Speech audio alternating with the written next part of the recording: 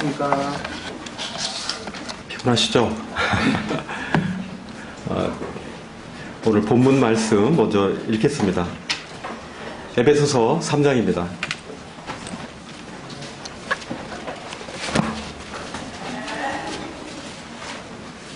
에베소서 3장 17절 18절 함께 읽겠습니다. 에베소서 3장 17절과 18절 말씀을 같이 읽겠습니다. 시작. 믿음으로 말미암아 그리스도께서 너희 마음에 계시게 하시옵고 너희가 사랑 가운데서 뿌리가 박히고 터가 굳어져서 너희 모든 성도 함께 지식에 넘치는 그리스도의 사랑을 알고. 여기까지 읽겠습니다.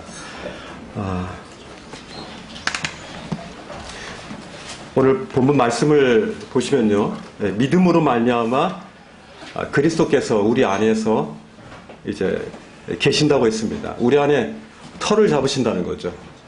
우리의 마음을 그리스도의 집으로 삼으신다는 겁니다. 주님께서 우리 안에서 주님의 거처를 우리의 마음 안에 계신다는 것입니다. 우리가 주님을 믿는다는 것은 상당히 대단한 것 같습니다. 지난주에 저희가 전도 집회를 했지 않습니까? 한 영혼을 데려오기 위해서 참 많은 노력이 필요합니다. 많은 에너지가 필요하고요. 참 시간이 많이 필요합니다. 그들을 향한 간절한 마음이 있어야 되고, 저희가 그들을 향해서 평상시에 준비된 사수만이 영혼들을 얻을 수 있습니다. 물론 전도 집회 때 기회가 돼서 이제 영혼들에게 이제 권할 수 있고 주님의 복음을 이렇게 접할 수 있는 그런 기회들을 주기도 하지만은 평상시에 정말 준비하고 기도하고 정말 그리스도의 그 놀라운 복음의 그 능력이 어떠한 것을 삶 속에서 몸으로나 말로 표현하신 분들은 훨씬 더 그런 시간에 유리하실 겁니다. 한 명의 영혼이 구원받는다는 것은 이건 대단히 놀라운 일입니다. 제가 지난 전도 집회 때 가장 큰 수혜를 받은 그런 당사자이기 때문에 제가 참으로 감사함이 있습니다. 한 7년 4개월을 참 많이 아프셨던 그런 매형이 갈 때마다 정말 많은 형제자매들이 갔습니다. 여기 계셨던 분들도 거의 다 한 번씩 가셨고, 몇 번을 가셔가지고, 또 먹을 거를 가지고 섬겨주시고, 또 오셔서 참 물질로도 이렇게 주시고, 또 말씀으로 권면해 주시고, 권고해 주시고, 이것이 최고다. 이 사는 것이, 우리가 육체로 이렇게 사는 것, 이거 자체가 끝이 아니다. 이제 우리가 이 몸을 떠난 이후에 영원한 생명이 있는데, 그 영원한 생명이 불타는 불호수에서 하나님 사탄을 위해서 마련한 그 불호수, 그 지옥으로 갈 것이냐, 아니면 하나님께서 원래 마련해 두신 하나님과의 영원한 사귐을 갖도록 하는 그 하나님 나라, 하나님의 그 놀라운 천국에 갈 것이냐를 말씀해 주셨습니다. 물론 단회적이긴 하지만은 여러분들이 단용으로 말미암아 그 복음의 쟁기질이 매형의 마음밭을 긁었습니다. 그래서 돌밭이었을 때 돌을 빼내셨고, 그 밑에 짱돌이 있으면 그 짱돌도 아주 여러 번 오셔가지고 빼주셨습니다. 그래서 여러분들이 함께 협력해서 좋은 밭을 만드셨습니다. 그래서 지난번에 강상재님은 어떻습니까? 그냥 좋은 밭에 바로 뿌려진 씨앗과 같이 바로 그것 가운데 주님을 영접하는 놀라운 일들이 생긴 것입니다. 그것은 그 강상재님이 오셔가지고 한 일이 아니라 그 시점에는 누가 오셨어도 아마 됐으리라는 저는 생각이 됩니다. 물론 형제님이 체계적으로 또 대구에서 오셨고 매형이 거부했습니다. 그날 이제 대구에서 오신 전도자 형제님이 간다니까 죽어도 오지 마라 그러더라고요. 왜냐하면은 내가 지금 몸이 이 지경인데 내가 지금 뭘 듣겠다고, 너 지금 뭐 하냐, 저보고 그렇게 얘기하더라고요. 그래서 이제 전화 바꾸라 그래가지고 제가 그렇게 얘기를 했죠. 매형의 상태는 변하지 않습니다. 매형의 육체적 상태도 어떻게 될지 모르고 영적인 상태는 오히려 점점 어려워질 겁니다. 매형의 상태가 좋아질 때 그때를 기다릴 수는 없습니다. 그 자리에 계십시오. 영동 세브란스에 있었습니다. 가지 마시고 그 자리에 있으십시오. 그리고 관건하여서 형제님을 데리고 차로 갔습니다. 그렇게 해서 복음의 씨앗이 복음의 이제 능력의 복음이 진행될 때 그분이 다 그것들을 받고 주님을 신했습니다. 그 옆에서 아내와 또 저도 또 누님도 살짝 보니까 다들 이렇게 눈물을 흘리고 있더라고요. 우리가 왜 한 영혼을 위해서 이렇게 눈물을 흘릴 수 있습니까? 너무나 귀한 복음의 사역입니다. 저희를 영혼을 향한 눈물의 기도는 그 눈물의 기도를 하나님은 사용하십니다. 하나님도 저희 구원받지 않는 한 영혼, 아직도 그 길을 알지 못하는 그리스도의 놀라운 이 풍성한 이 복음의 지식이 없는 이들을 향해서 주님은 기다리고 계시고요. 누군가 그들에게 전도에 미련한 것들을 통해서 그들에게 하나님의 복음의 지식이 그들에게 전달되기를 주님은 기다리고 계시는 겁니다. 왜 하나님은 이렇게 전도에 미련한 것을 통해서 모든 사람들이 복음을 받게 되는가에 대한 의문을 시원스럽게 다 아는 사람은 아무도 없을 것입니다. 그러나 하나님은 그렇게 말씀하셨고 저희를 통해서 저희와 같이 미진한 자들을 통해서 복음이 전해지기를 원하시는 하나님의 뜻들이 말씀 가운데 적혀져 있고 저의 기도와 지체들의 협력을 통해서 모든 영혼의 부흥은 영혼의 구원의 역사들이 그걸 통해서 일어난다는 것입니다. 오늘 말씀을 본문을 보면은 에베소 3장 17절에 보니까 이런 믿음을 통해서 누군가 우리에게 전해준 이 복음의 이 지식을 통해서 우리가 그것들을 믿음으로 이제 받은 이후에 그리스도께서 그 다음에 어떻게 되셨다고 그랬습니까? 그리스도께서 너희 마음에 계시다라고 말씀하고 있습니다. 주님이 어디 계시다고요? 우리 마음에 계시다고 그랬습니다. 이 장에 보면은 그리스도께서 우리 마음에 처소를 예비하셨다고, 처소를 두셨다고 했습니다. 우리 마음에 계시는 것입니다. 이건 굉장히 놀라운 것입니다. 그 이후에 또 우리가 하나님 가운데 너희가 사랑 가운데 뿌리가 박히고 터가 굳어져서 모든 성도들과 함께 지식에 넘치는 그리스도의 사랑을 알게 됐다고 그랬습니다. 어떤 그리스도의 사랑이라고요? 지식이 넘치는 그리스도의 사랑이라고 했습니다. 우리가 그리스도의 그 사랑을 우리가 그리스도를 어떻게 경험하고 어떻게 그리스도에 대한 지식을 우리가 아느냐에 따라서 우리 안에 계신 그 주님이 우리 안에서 우리가 주님을 느끼는 그 느낌과 또 주님이 우리를 향한 그 사랑을 우리는 서로 상호 관계를 아주 긴밀하게 할 수 있는 것입니다. 우리가 아는 것만큼 건강하다는 것입니다. 오늘 말씀을 통해서 저는 주님이 거처를 삼으신 성도의 삶을 통해서 과연 주님이 어떤 일들을 하고 계시고 과연 주님이 거처를 삼으신 우리의 마음 가운데서 어떤 것들을 원하시는지에 대한 부분들을 오늘 좀 말씀을 나누기를 원합니다. 예수님께서 성경의 복음서에 보면은 굉장히 많이 얘기한 사람들이 있습니다. 그 사람들은 성경을 꽤나 아는 사람들이었습니다. 성경을 모르는 사람들이 아니었어요. 마태복음 22장 29절 한번 보십시오.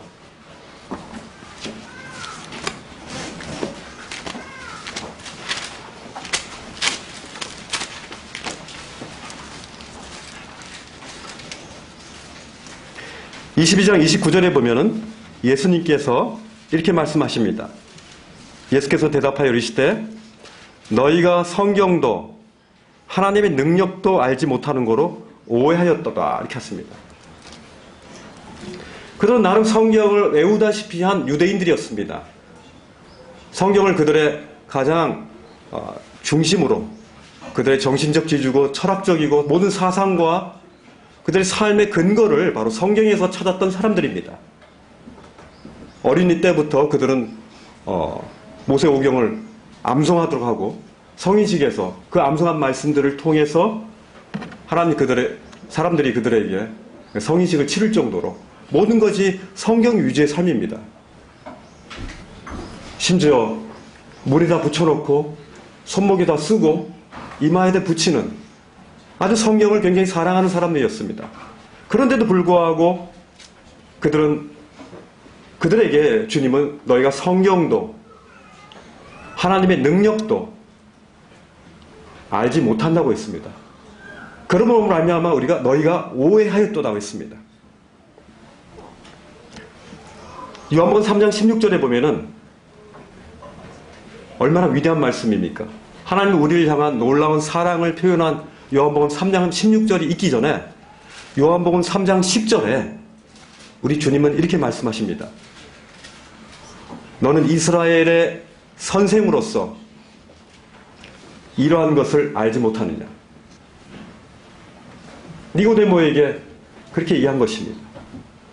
니고데모는 굉장히 성경을 많이 알고 있는 유대인이옵니다. 그런데 이스라엘의 선생인 네가 하나님의 구원의 말씀을 알지 못하는 이런 것을 알지 못하느냐라고 지적하고 계십니다. 우리가 하나님에 대한 지식이 빈약하고 하나님에 대한 경험이 우리가 부족할 때 우리 하나님을 굉장히 왜곡할 수 있습니다. 그리고 하나님을 굉장히 제한할 수 있습니다. 그리고 어떤 치우친 부분으로 균형 잡히지 않고 균형 잡히지 않은 그런 모습으로 하나님을 오해할 수 있다는 것입니다. 이렇게 성경을 배우고 있었던 이 구약을 배웠던 이 유대인들조차도 성경을 제대로 알았더라면 이러한 오해들이 있지 않았을 것입니다. 골로새 3장을 보십시오. 골로새 3장을 함께 보겠습니다.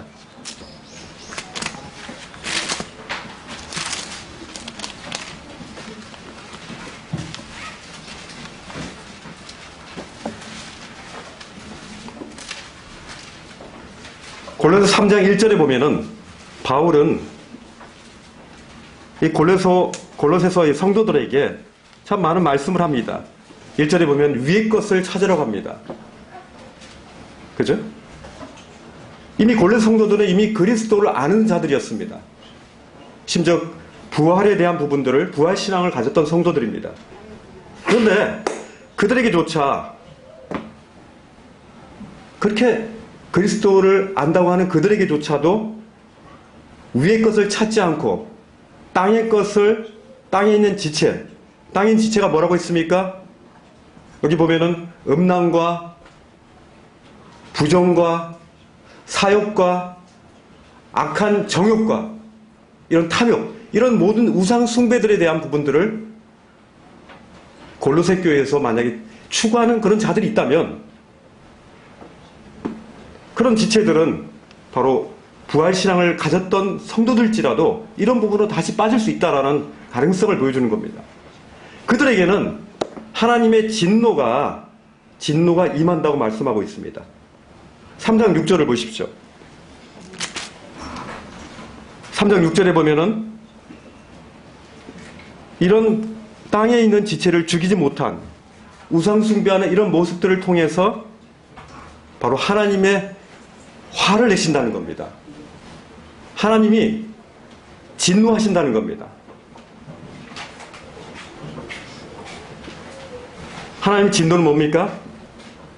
하나님 진노 중에 가장 무서운 진노가 어떤 진노일까요? 우리를 징계하는 걸까요? 제가 저희 아이들한테 가장 화났던 적은 제가 아이들을 즉시로 때리지 않았던 때인 것 같습니다. 너무 마음이 어려워서 때릴 만한 가치가 없다라고 생각해서 그냥 무시하는 겁니다. 그리고 하루를 지냅니다. 그럼 이상하다. 때릴 때가 됐는데 안 때리면 굉장히 불안한 것입니다. 거의 하루의 포기입니다. 하루 동안 그 아들됨을 포기하는 것이고 아버지됨을 포기하는 것입니다. 하나님의 진노로 가장 무서운 것은 우리가 하나님에 있어서 가장 무서운 것은 뭡니까? 하나님을 향한 영적 불감증이라고 생각되지 않으십니까? 우리가 하나님에 대한 부분들을 느끼지 못하고 하나님의 말씀을 보지 않아도 하나님이 관여하신다는 그런 하나님의 임재의식을 느끼지 못할지라도 여전히 잘 살고 있다는 것. 난 여전히 이 세상 가운데서 평범한 삶을 살고 있고 편안하고 자유로운 삶을 살고 있다라고 하는 이런 하나님에 대한 무감각증이 굉장히 무서운 거라고 생각됩니다.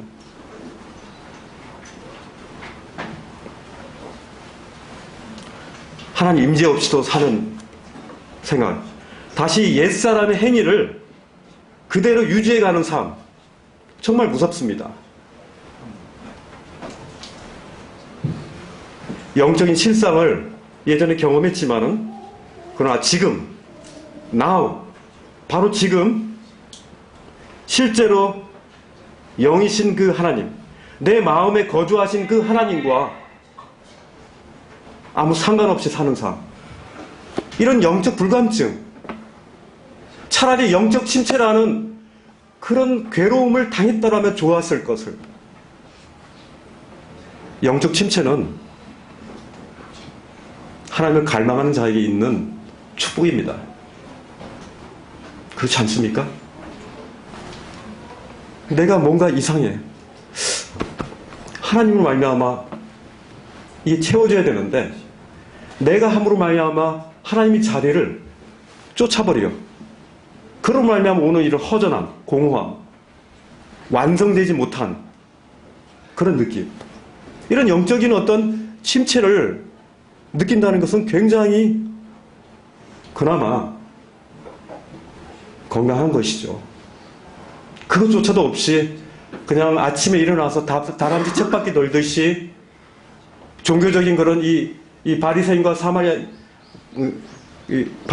사두개인들처럼 그냥 하루하루를 그냥 이렇게 종교적으로 살아가는 그런 모습들이 더 무서운 것입니다. 구원받은 지식을 가지고 있을지라도 그 지식이 우리 삶 속에서 영향력을 미치고 있다면 그 지식은 우리 가운데 살아있는 지식이 아닐 것입니다. 요한복음 10장에 보면은 이런 말씀이 있습니다. 양은 자기 목자의 음성을 안다고 했습니다. 요한복음 10장에 4절에 나와 있습니다. 양은 자기 목자의 음성을 안다. 여러분은 목자의 음성을 알고 계십니까? 목소리가 어떠십니까? 그의 음색과 그의 톤과 나를 향한 그 미묘한 그런 나를 정답게 부르시는 그 목자의 음성들을 들으십니까? 우리가 그 목자의 음성을 알기 때문에 그 음성을 듣고 따라갈 수 있습니다. 만약 우리가 알지 못하는 음성이 들려지면 우리는 도망가야 될 것입니다. 그것은 주님의 음성이 아니기 때문입니다. 구원받은 성도는 목자의 음성을 압니다. 심지어 목자가 아닌 사람이 성경을 살짝 응용해서 얘기할지라도 그것이 하나님의 음성인지 아닌지, 목자의 음성인지 아닌지 우리는 어느 정도 분별할 수 있을 것입니다. 하나님 우리에게 주신 분별력입니다. 우리는 목자의 음성을 알고 있습니다. 그리고 그 목자의 음성을 안다면 여러분 목자의 음성을 들을 수 있는 경청의 귀를 지금 갖고 있냐는 것입니다. 목자의 음성을 알고 목자의 음성을 듣고 그리고 그 목자의 음성을 따라가는 그것이 바로 주님을 우리 마음 가운데 모신 성도의 정상적인 삶입니다. 그렇지 않을 때 우리는 어떻습니까? 자기 음성을 듣습니다. 자기 음성을 들으면 자기 생각대로 합니다. 우리들은 가만히 보면은 저도 그렇지만은 이 고통 없이 아주 어려움 없이 회사라든지 또 가정에서 고통 없이 이제 아주 그 교회에서나 또 사회생활에서나 가정에서 그 인정받는 삶, 그것들을 굉장히 많이 추구하는 것들을 보게 됩니다. 그죠? 자신의 가치와 자신의 행복을 중심에 두고 있습니다. 그것이 대부분 사람들의 추구하는 바일 거예요. 그런데 구원받은 그런 성도들조차도 생활 전반에 걸쳐서 의식적이든 무의식적이든 이런 삶을 추구하는 것입니다. 심각한 것입니다. 골로새서에 계속적으로 말씀하시는 게 너희가 부정과 음란과 사리 사욕과 악한 정욕과 그리고 탐심, 이런 모든 것들이 우리에게 있어서 뭐라 그랬죠? 우상숭배라는 것입니다. 그것들이 우리 가운데 그리스도를 우리 마음 가운데 모신 자체에서 여전히 우상을 하나 더 들여와 숭배하고 있다면 하나님의 진노가 임하신다는 것입니다. 처음에는 영적 침체로 오겠죠? 그 이후에는 뭐로 옵니까? 영적 불감증으로 올 것입니다. 그래서 우리가 찬양을 부를 때, 기도를 할 때, 말씀을 볼 때 그냥 무감각합니다. 하나님은 우리에게 지정의를 주셨습니다. 하나님을 알 수 있는 지식과 하나님을 느낄 수 있는 또 이 감정도 주셨습니다. 물론 이것이 균형을 잡혀야 됩니다. 그 의지적으로 또 하나님을 선택해야 되는 부분도 있겠죠. 이 세 가지 부분이 영적인 상태에서 굉장히 균형을 잡아야 될 겁니다. 하나님의 진노가 우리의 우상 숭배하는 그 부분에 있어서 하나님을 우리 마음속에 모시는 그런 부분에 많은 방해가 될 것입니다. 우리가 하나님을 아는 지식이 부족하면 따일 것들을 찾을 수밖에 없습니다. 우리가 때때로 하나님에 대해서 섣부른 판단을 할 때가 있습니다. 왠지 아십니까? 하나님을 많이 경험하지 않았기 때문이겠죠. 책으로만 읽었기 때문에. 그러나 그 읽은 그 말씀, 들었던 그 말씀을 삶 속에서 적용시키고 응용해보고 부딪혀보는, 그때 하나님을 많이 경험할 수 있을 것입니다. 실제 삶의 현장에서 우리는 하나님의 전능하심을 포기할 때가 참 많은 것 같습니다. 그래서 우리는 이거는 하나님이 하시기보다 내가 지금 하는 게 더 효율적이야 하고 하나님께 기도하는 것을 포기할 때가 있습니다. 우리 스스로의 노력이 동원돼야 되고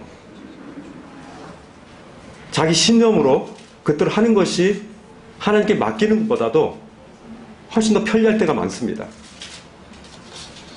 우리 주님이 구원받을 때 나의 주님으로, 나의 왕으로 모셨지만은 이제 현재의 삶 속에서 주님은 더 이상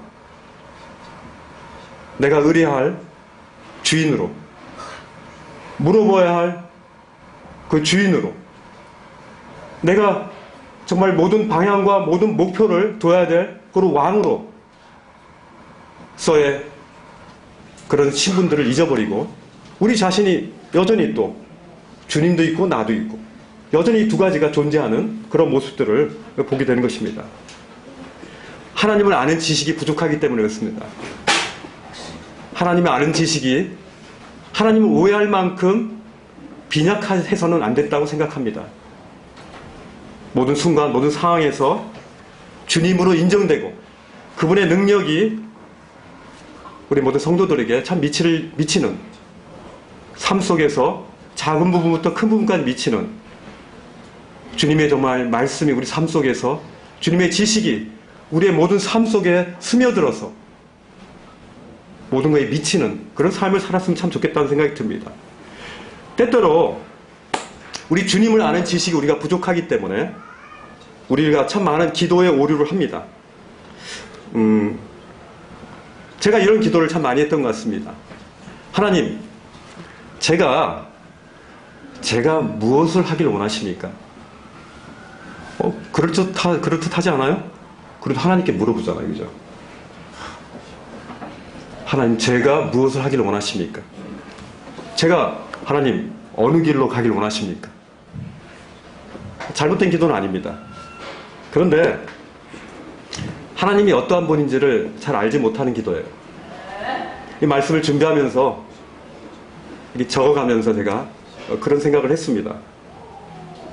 이런 기도를 안 하시는 분보다는 이렇게 기도하는 분들이 훨씬 더 건강하신 분이죠. 그런데 하나님이 기뻐하시는 기도는 아니라는 겁니다. 왜냐하면 그것 가운데 하나님은 돕는 자로서의 역할밖에 할 수 없다는 것이죠. 하나님, 제가 무엇을 하길 원하십니까가 아니라 여기서 무엇이 빠져야 됩니까? 제가가 빠져야 됩니다. 제가 사실 뭘 한다고 해서 그 실적과 그 업적이 하나님 나라에 어떤 도움이 되겠습니까? 그건 마치 바닷물에 한 방울의 물을 이렇게 얻는 것 같은 하나님 편에서는 그렇게 큰 도움이 되지 못하는 거예요. 이 전능하신 하나님께서 과연 무엇을 하기를 원하십니까?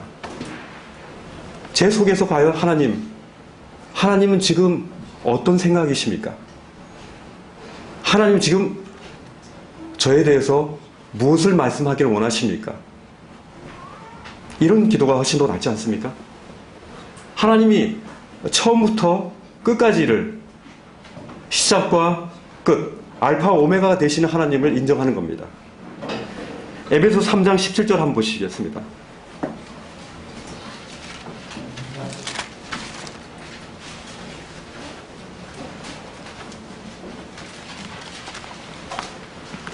에베소 3장 17절 한번 같이 읽어보겠습니다. 시작. 믿음으로 말미암아 그리스도께서 너희 마음에 계시게 하시었고 너희가 사랑 뿌리가 기고 터가 묻어져서 너희 함께 지혜에 넘치는 사랑을 알고. 네, 오늘 본문이죠. 주님께서는 우리의 삶 속에서 동고동락하길 원하시는 겁니다. 사실 같이 있어도 항상 좋은 관계를 유지하는 건 아니죠. 왜냐하면 우리 한계가 있기 때문입니다.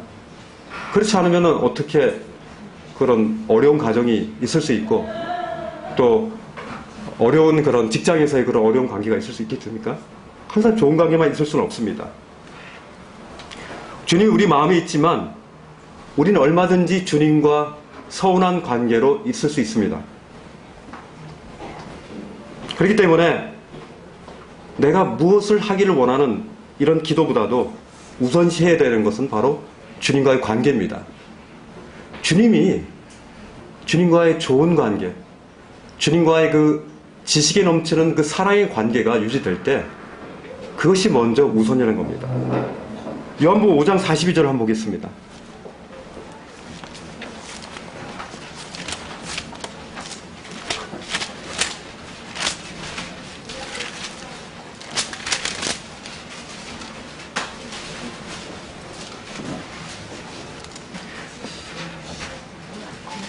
자, 42절에 보면은 뭐라고 되어 있죠? 같이 읽을게요. 시작.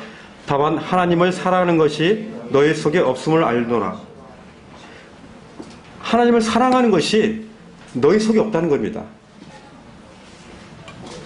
이 구절 앞쪽에 18절에 보면은 유대인들이 예수님을 죽이고자 합니다. 왜 죽이고자 합니까?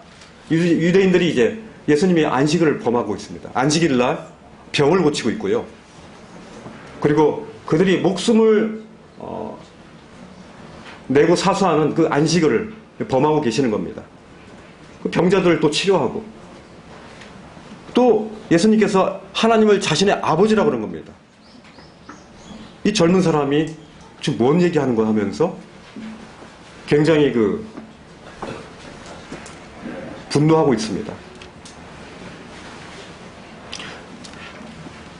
이 종교적 수치감으로 예수님을 때려잡고자 하는 거죠. 그래서 5장 42절에 보면은 이들을 향해서 하나님을 사랑하는 것이 너희 속에 없음을 알았노라라고 주님이 말씀하고 있습니다. 그들이 하나님에 대한 어떠하심에 대한 지식을 알고 있었다면 니고데모처럼 찾아왔을 겁니다. 그런데 그들은 찾아오지 않고 예수님을 판단하고 그들이 알고 있는 선경험으로 그 감당할 수 없는 그 예수님의 말씀하시는 것들을 그들이 감당치 못하기 때문에 그들을 찍어버린 겁니다. 그들의 재산과 그들의 명예와 그들의 전통을 깨버리는 그런 사람이 그들에게 있어서 죽일 대상이 되는 거죠. 그들의 가장 중요한 하나님의 사랑이 그들 안에 없습니다. 그들 하나님에 대한 지식이, 빈약한 지식은 있지만 하나님에 대한 사랑이 없기 때문에, 그 사랑의 지식이 없기 때문에 이 그리스도를 이렇게 찍어버리는 그런 모습, 이런 편협한 성경의 지식을 가진 이들이 예수님을 바라보고 이렇게 저주하고 있는 이런 모습들이 보이는 것입니다. 요한복음 14장에 보시면요. 요한복음 14장 한번 보시겠습니다.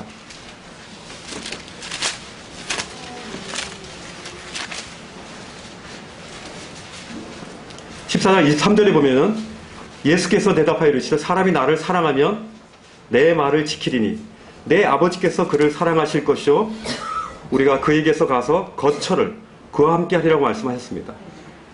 사실 그 당시에 제자들은 이 말씀을 했을 때 아직 주님이 십자가에 못 박히시기 전입니다.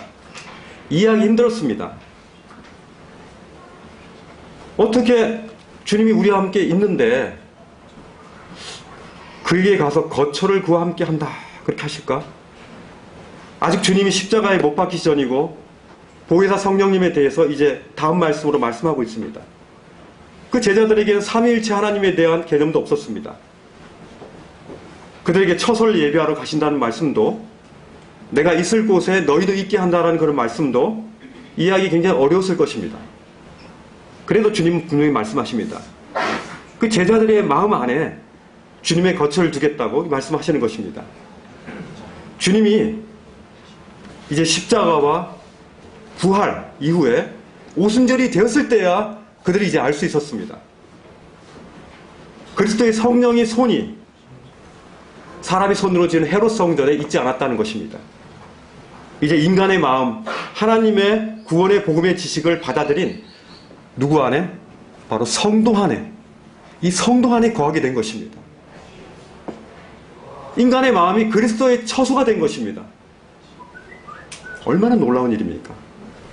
우리 안에 그리스도의 처소가, 우리 안이 바로 그리스도의 처소라니, 그리스도가 머무시는 집이라니, 이건 놀라운 일입니다. 천지를 창조하신 그리스도가 우리 안에 거하신다는 것은 굉장히 놀라운 기적 중의 기적입니다.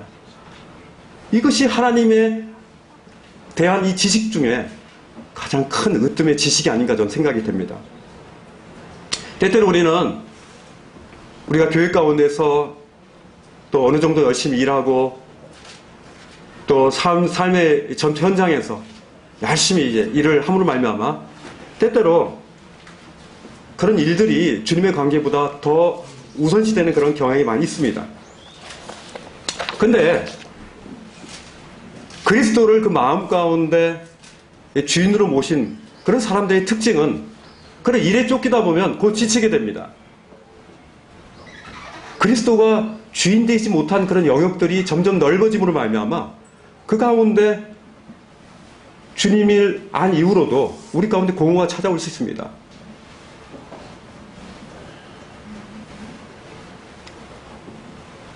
우리가 주님과 온전한 사랑의 관계 가운데 있을 때 주님이 말씀하시고 그 말씀하신 것들을 우리가 계속 들으면서 주님이 시키시는 그 일들, 주님과 함께하는 그 사역, 그것이야말로 우리 가운데 기쁨이 되는 것입니다. 무엇보다도 건너뛸 수 없는 것은 바로 하나님과의 관계입니다. 하나님부터 오는 그 사랑을 먼저 받고 그 사랑의 관계 가운데에서 일을 하는 것이 더 중요한 것입니다. 차라리 일을 쉴지언정 주님의 관계를 서운히 하는 그것은 있을 수 없는 겁니다. 요한복음 15장 5절에 주님은 말씀하고 있습니다. 나는 포도나무요 너희는 가지니 저가 내 안에 내가 저 안에 있으면 이 사람은 많은 과실을 맺는다고 했습니다. 우리가 주님 안에 거하지 않으면 어떤 열매도 우리 가운데 맺을 수 없다고 주님은 분명히 말씀하십니다. 이 말씀을 믿으신다면 우리 가운데 왜 영적인 열매가 없는가를 우리는 알 수 있을 것입니다. 우리 가운데 영적인 열매가 없다면 바로 우리 안에 처소를 예비하고 계시고 우리 안에 계시는 그 주님과의 온전한 관계가 건강한 관계, 사랑의 관계가 되어 있지 않은 그런 증거라고 보시면 틀리지 않을 것입니다.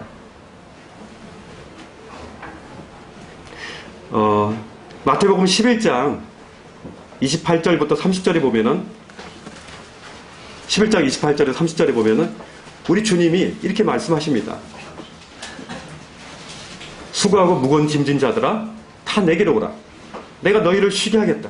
나는 마음이 온유하고 겸손하니 나의 멍에를 보고 내게 배우라. 그리하면 너희 마음이 쉼을 얻을 것이다. 이는 내 멍에는 쉽고 내 짐은 가볍다고 했습니다. 멍에는 뭡니까? 멍에는 소 2마리가 함께 메어져서 일하도록 하는 농사 도구입니다. 우리의 사랑스러운 주님은 우리에게 초청하고 계십니다. 함께 멍에를 맺어라고. 이 세상에 수고하고 무거운 짐을 지지 않은 사람이 어디 있겠습니까? 우리 주님은 이 말씀에 보면은 다 내게로 오라고 했습니다. 다. 어떤 특정한 사람을 얘기한 것이 아니라 수고하고 무거운 짐진 자들아 다 모두 다 내게로 오라고 하고 계십니다. 이 세상에 구원받지 않은 영혼들, 아직 주님을 알지 못해서 죄악의 무거운 짐을 짐진 이런 분들부터 시작해서 구원받았지만 여전히 이 땅의 육신적인 습관에서 벗어나지 못한 그런 사람들조차도 다 그리스도께로 초청하십니다. 우리 주님은 그분과 함께 멍에를 맬 것을 초청하고 계십니다. 어떻게 초청하십니까? 그냥 와서 쉬어 이렇게 초청한 것이 아닙니다. 나하고 와서 멍에를 맺어가는 것입니다. 멍에는 목적이 뭡니까? 밭을 갈궈야 되지 않습니까?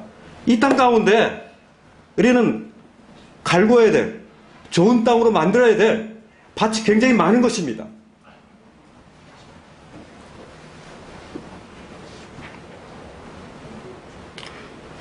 우리가 주님과 함께 멍에를 맬 때 우리 영혼의 안식이 있습니다. 쉼이 있는 것입니다. 이것은 세상의 원리와 굉장히 차별된 원리입니다. 세상의 원리는 아무것도 일을 가능하지 않고 가볍게 하고 옷을 벗고 편안한 상태로 쓰면 앉고 싶고 앉으면 눕고 싶고 누우면 자고 싶고 자면 꿈꾸고 싶고 자면 안 일어나고 싶고 이것이 우리의 쉼의 원칙인데 주님은 그렇지 않습니다. 내 멍에를 함께 매야지 너희가 쉼이 있다고 했습니다. 굉장히 세상과 다른 초청입니다. 우리가 주님과 함께 멍에를 맸을 때 주님이 왼쪽으로 가라고 하십니다. 그럼 왼쪽으로 가야 됩니다. 우리가 왼쪽으로 가지 않고 뻗당기면 어떻습니까? 주님이 좀 끌겠죠. 땡겨질 것입니다. 땡땡해질 겁니다. 이거 왜 이러지? 우리가 주님이 직진하시면 우린 직진하면 됩니다. 주님이 돌적밭을 가면은 주님 여기 너무 뜨겁고 별로 안 좋은데요. 그럴 필요가 없습니다. 왜? 주님이 주도하셔서 그 길들을 앞으로 나가시기 때문에. 심지어 어떤 곳은 질퍽한 그런 진흙 있는 그런 곳일 수도 있겠죠. 그러나 그것도 주님이 가십니다. 저의 힘이 1이라면 주님의 힘은 어떻겠습니까? 세상을 만드시고 이 지구를 우주 공간에 매달아 돌리시는 이 하나님의 이 전능하신 이 힘 앞에 우리가 무슨 힘을 발휘하겠습니까? 다만 함께 멍에를 매라고 주님이 초청하신 것입니다. 그때 네가 참된 쉼이 있을 것이다 라고 말씀하는 것입니다. 주님의 멍에는 편하고 가볍기 때문에 우린 결코 지치지 않을 것입니다. 오히려 사도 바울의 고백과 같이 주님과 동행하는 것이 가장 담대하고 가장 가치 있는 삶이라고 자신 있게 얘기하는 것입니다. 하루가 지나고 땅거미가 졌을 때 주님과 함께 멍에를 메고 그렇게 지나온 하루를 되돌아보면 얼마나 뿌듯합니까? 주님이 이루신 것입니다. 우린 다만 함께 멍에를 메고 거의 걸치다시피 따라갔을 뿐입니다.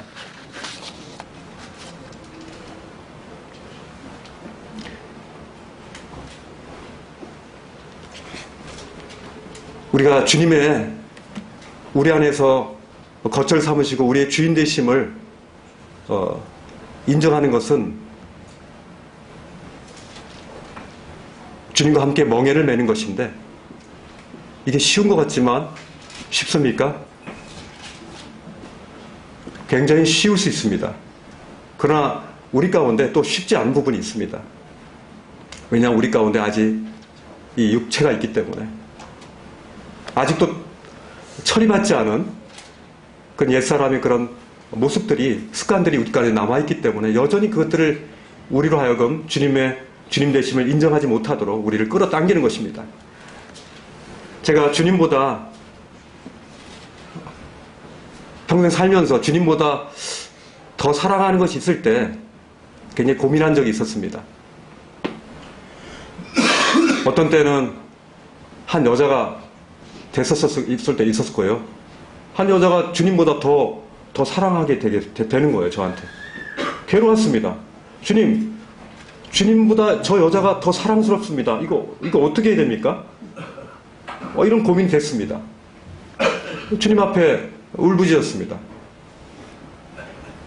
왜냐하면 그 여자가 저의 우상이 될까봐 두려웠습니다. 우상이 됐습니다. 주님보다 더 친근하고 더 가깝게 느껴지고 더 저를 끄는 힘이 너무 강했습니다.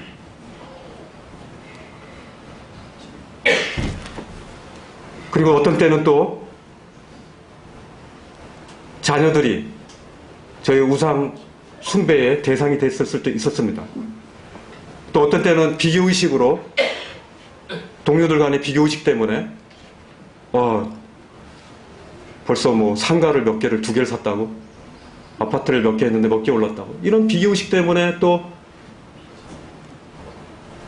나는 좀 이게 너무 바보 같은 짓 아닌가 하면서 또 이렇게 그 재물이 또 우상이 됐었을 때도 있었습니다. 이렇게 우리 삶 속에서 주님이 주인 되시지 않는 주인 되심을 뒤바뀌게 하는 이 우선순위가 뒤바뀌는 이런 일들이 우리 삶 속에서 번번이 일어난다는 것입니다.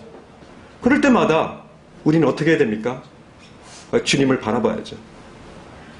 우리 안에 계신 주님 앞에 우리가 우리의 토설하여 우리의 상태를 있는 그대로 주님 앞에 내려놔야 될 겁니다. 제가 때때로 우선순위에 대한 부분들을 좀 뒤바뀌려고 하는 그런 유혹을 받을 때 가끔 저는 한 자매를 생각합니다.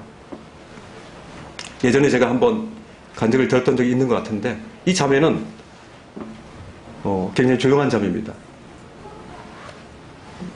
미국에서 선교사를 돕기 위해서 그 선교사 자녀를 돕기 위해서 그 선교지로 갔고 그리고 선교지에서 또 한국으로 오니까 한국에 또 돕기 위해서 또 왔습니다. 대학생이었는데 불구하고 거의 학업을 이제 그만둔 채로 그냥 이렇게 이끌림 받는 대로 하는 거예요. 함께 제가 주일학교를 했기 때문에 같이 교사를 하면서 뮤지컬도 하고 아주 재밌었습니다. 집에도 여러 번 초대하고. 근데 이 자매가 뭔가 자기 자신이 뭔가 자기 자신에 대한 부분들을 주장하지 않는 거예요. 어떤 사람에게도. 참 이상하다. 그래 부딪힘이 없는 거예요. 그냥 좌로 하면 좌로 가고 우로 가면 우로 가고 그냥 너무 이렇게 자기가 없는 거예요. 자아가 강한 저로서는 참 이해가 하기 힘든 그런 자매였습니다. 너무 이게 자기 생각이 없는 거 아니야? 뭐 이런 생각을 할 정도였습니다. 어느 날 제가 그 자매가 이제 미국으로 가기 전에 잠깐 간증할 기회를 줬습니다. 거의 이렇게 공중으로 간증한 적이 없었습니다. 주일학교에서 교사들과 아이들의 앞에서 간증을 했습니다. 자기 자신을 주님 앞에 주님의 주님 되심을 경험할 한 때가 있었다라고 얘기하더라고요. 언제였냐 물어보니까 자기 집 위에 이 곰팡이가 쓸었답니다. 곰팡이가 얼마나 지독한지 벽이라든지 또 가구 또 이불 책 이 모든 것들에 다 곰팡이 쓸었다고 했습니다. 그래서 이걸 다 불태워야 된다고 했습니다. 그 아버지가 이것들을 다 불태워야만 이거는 다시 재생 불가능하다. 그리고 이걸로 인해서 다른 곳에 번질 수가 있다. 그래서 그걸 불태우기를 원했습니다. 그래서 자기가 사랑하는 어릴 때부터 가지고 있었던 그런 책들과 그리고 옷들과 자신의 가재도구들 그 모든 것들을 다 불태우기 시작했습니다. 거기 특별히 할머님이 물려준 자기가 가장 사랑하는 그 퀼트 그것들을 그 불꽃에 집어 던지면서 이 자매는 그렇게 생각했다고 합니다. 우리 주님은 나를 위해서 모든 걸 다 불태워 주셨는데 나는 여전히 내가 귀하다고 생각하는 이것들을 여전히 불태우기를 싫어하고 여전히 내가 갖기를 원하는 마음이 있구나. 그러면서 자신의 귀중한 것들을 그 불꽃에다가 다 집어넣었다고 합니다. 그리고 나는 이제 죽었다. 나는 그리스도와 함께 죽었다. 이제는 내가 산 것이 아니다. 이제 내 안에 계신 그리스도, 그분이 내 마음에 사시는 것이다. 그 간증 이후로 이제 자기 자신의 삶의 기도가 달라졌다고 합니다. 주님, 제가 무엇을 하기를 원하십니까? 제가 어디 가기를 원하십니까가 아니라 주님, 제게 말씀하세요. 주님, 제게 말씀하시기를 원합니다. 그러고 난 뒤에 이 자매는 말씀을 읽고 또 그런 정보를 있을 때 하나님이 이끄시는 대로 그냥 가는 겁니다. 마치 비어진 깨끗한 질그릇이라 그럴까요? 그 안에 아무것도 담겨져 있지 않는 그런 질그릇 같은 그런 삶을 살기를 원한다는 생각을 그 간증을 들으면서 저는 하게 됐습니다. 우리는 우리 안에 담겨진 내 자아의 것들로 주님과 온전한 관계를 유지할 수 없습니다. 나의 것들은 불태워져야 됩니다. 주님 앞에 그것들은 드려져야 되는 것입니다. 주님은 주님의 것으로 주님의 사역을 하실 것입니다.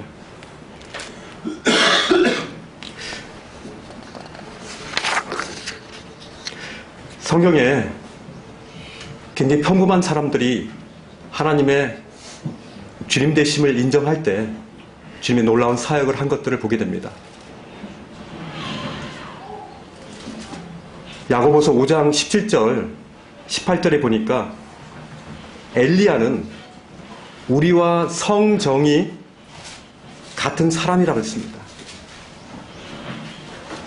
우리와 같은 그런 평범한 그런 것을 느끼고 같이 먹고 느낀 그런 사람이라는 것입니다.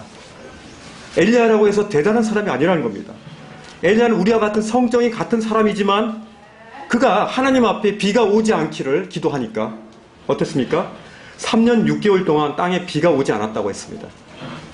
또 다시 기도하니까 하늘이 비를 주고 땅이 열매를 맺었다고 했습니다.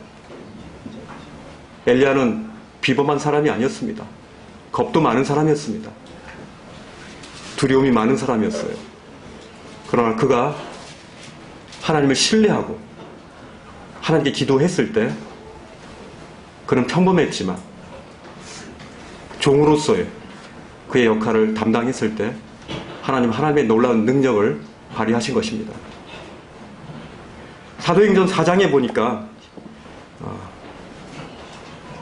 예수님이 부활 이후에 베드로가 이제 안전뱅이를 막 낫게 하고 그리고 나서 유대인의 공회에 들어가서 복음을 전합니다. 사람들이 이 베드로와 요한이 담대하게 전하는 것을 보고 저 사람들 학문도 없고 평범한 범인이었다라고 이렇게 이상히 여겼다고 했습니다. 근데 그 뒤에 말씀 보면은 그 전에 예수와 함께 있던 자들이다라고 얘기합니다. 예수와 함께 있던 자들. 베드로와 요한은 예수님과 함께 있었던 것입니다. 그것이 바로 그들로 하여금 평범하지만 그들로 하여금 평범하지 않은 일들을 하게끔 하나님이 하신 것입니다. 예수 그리스도를 그 마음의 거처로 삼고 주인으로 삼은 사람들은 예수님과 함께 있는 사람입니다. 주님과의 친밀한 시간을 가지면 우리가 알 수 없는 상상할 수 없는 그 일들을 하나님은 하시는 것입니다. 우리가 하는 것이 아니라 주님이 하신다는 겁니다. 우린 때때로 특별히 저희 직장도 그렇지만은 실적 위주의 그런 사회에 살고 있습니다. 그래서 이 성경을 볼 때 굉장히 오해하기 쉽습니다. 그런데 성경은 실적 위주가 아닙니다. 침례 요한을 보십시오. 침례 요한이 사역했던 기간이 얼마나 됩니까? 6개월 정도 되죠. 근데 예수님이 침례 요한에 대한 평가가 어떻습니까? 누가복음 7장 28절을 보십시오. 누가복음 7장 28절에 보면 예수님께서 이렇게 말씀합니다. 내가 너에게 말하노니 여자가 낳은 자 중에 요한보다 큰 자가 없도다. 6개월 동안에 예수 그리스도의 종으로서 예수 그리스도의 주인 되심을 예수님의 그 길을 예비한 그 침례 요한에 대한 하나님의 찬사입니다. 긴 게 중요하지 않습니다. 우리가 하루를 살더라도 한 주를 살더라도 그리스도와 온전한 사랑의 관계 가운데 하나님을 아는 온전한 지식 가운데서 우리가 살아가는 것이 참 필요합니다. 그렇지 않을 때 우리는 자칫 우상 숭배하기 쉬운 것입니다. 말씀을 마치려고 합니다. 우리는 먼저 주님의 나라와 주님의 의를 구하기 위해서 먼저 조용한 시간을 주님과 가지시길 바랍니다. 우리 주님이 그렇게 하셨습니다. 종교적이고 관행적인 그런 시간이 아니라 우리 안에 거하시는 그 주님과 친밀한 그런 대화를 하라는 것입니다. 주님의 임재를 안 상태로 하루를 출발한 사람과 그렇지 않고 헐리벌떡 그렇게 시작하는 사람과의 하루의 출발은 완전히 다른 것입니다. 아침에 의식하십시오. 주님, 제가 주님과 함께 지금 멍에를 함께 메고 있습니다. 모든 힘은 나에게서 나가지 않습니다. 주님이 밀고 가시는 거 압니다. 저는 다만 함께 지었을 뿐이지 모든 힘은 주님 당신에게서 나오는 겁니다. 그것이 주님과 함께 거하는 것에서 오는 놀라운 능력입니다. 하루의 출발을 주님의 임재 가운데 출발하시고 종일 주님과 우리 안에 거하시는, 우리 안에서 처소를 거하시고 우리 안에 집으로, 우리 안에 그리스도 안에 우리 안에 계시는 그 주님의 그 놀라운 그 임재를 우리가 항상 좀 의식하면서 우리가 살아갔으면 좋겠습니다. 그것이 바로 주님이 우리 안에 거하시는 것에서 오는 놀라운 비밀입니다. 오늘 말씀 이것으로 마치겠습니다. 기도하겠습니다.